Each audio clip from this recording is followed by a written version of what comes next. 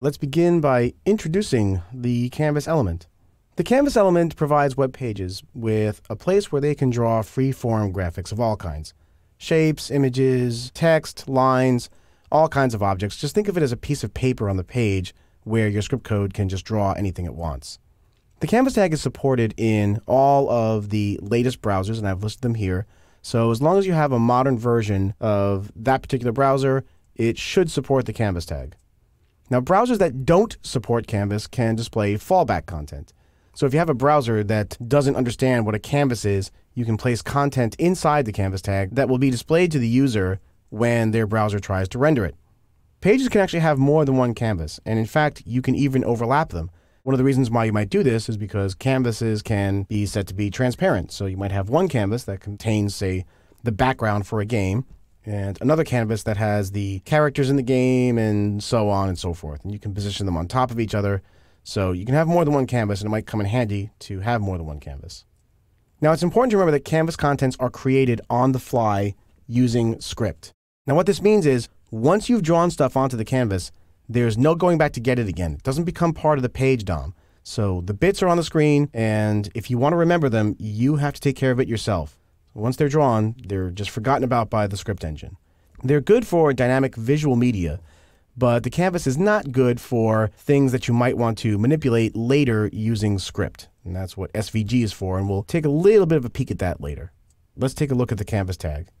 The Canvas coordinate system starts at the upper left, and it has two axes with increasing values of x going from the left to the right, and the y-axis going from the top to the bottom.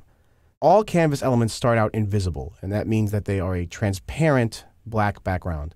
So they're a black canvas with the opacity set all the way down to 0, so they can't be seen. And this graphic shows you what the coordinate system looks like. So on the left-hand side there, we have the y-axis increasing in values from top to bottom. We have the x-axis going from left to right, and we have the 0, 0 point up there in the corner, and the width and height down in the lower right. The Canvas tag is declared using the word canvas, and you typically provide it with an ID because you'll be accessing it from script, and a width and a height. And that fallback content you see there inside the canvas tag is what will be displayed to the user if a browser does not understand what a canvas is. Canvases come along with some attributes and functions as well, and here they are. There's a width and a height, which define the width and the height of the canvas. And there's a couple of methods. There's toDataURL and the getContext. So let's take a look at each one of those. The width and the height properties are pretty much self-explanatory. They are the width and the height of the canvas, and if you don't define them, they default to 300 wide by 150 high. And it's important to note that as well as getting the values of these properties, they can be set. So you can dynamically change the width and the height of the canvas from your code. The toDataURL method takes the contents of the canvas and makes a static image out of them as a data URL.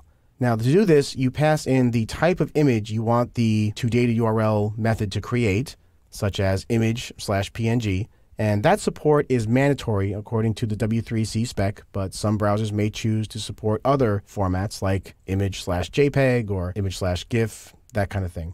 So this method basically takes the contents and gives you back a base 64 encoded data URL of the contents.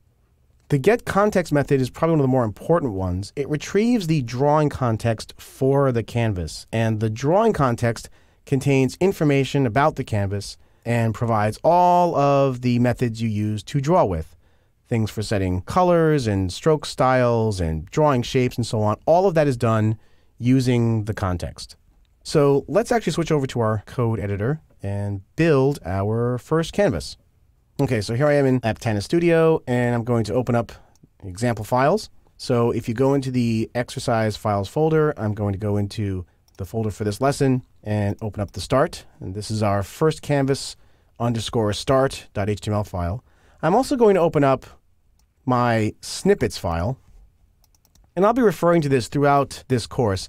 Essentially, this file contains all the code snippets for each one of the examples in order to go from the start state to the finished state. And I'm going to use these so that you guys don't have to watch me type. And if you have access to this file, you can follow along with me in your own code editor. So what we're going to first do is put a canvas into this document. We're going to put it right here in the body. So I'll go to the snippets, and I'll take this canvas, and I'll paste it in. So let's save. So here's the canvas tag. Here's its ID, and I've got a width and a height on there. And here's the fallback content right there. It just says your browser does not support Canvas. All right, let's take a look at this in the browser.